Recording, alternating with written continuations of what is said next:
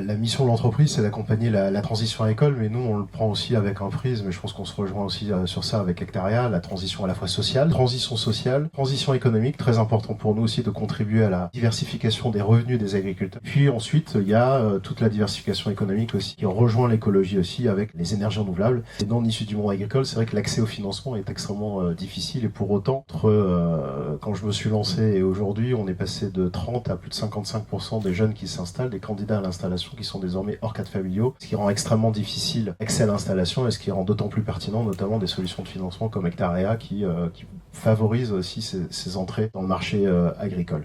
Et nous, bien évidemment, on complémente. Il faut qu'il y ait des acteurs et c'est très complémentaire. Nous, on va vraiment venir que sur le foncier.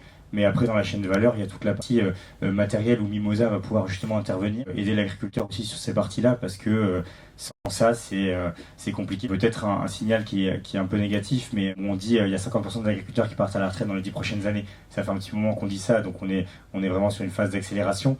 Si on veut donner envie aux nouvelles générations de s'installer, il faut venir avec des solutions clés en main. Quelqu'un qui s'installe, un agriculteur, il va s'installer à 23-24 ans et qui doit faire un prêt à 500 000 euros, vous perdez une grande partie de ceux qui voulaient s'installer.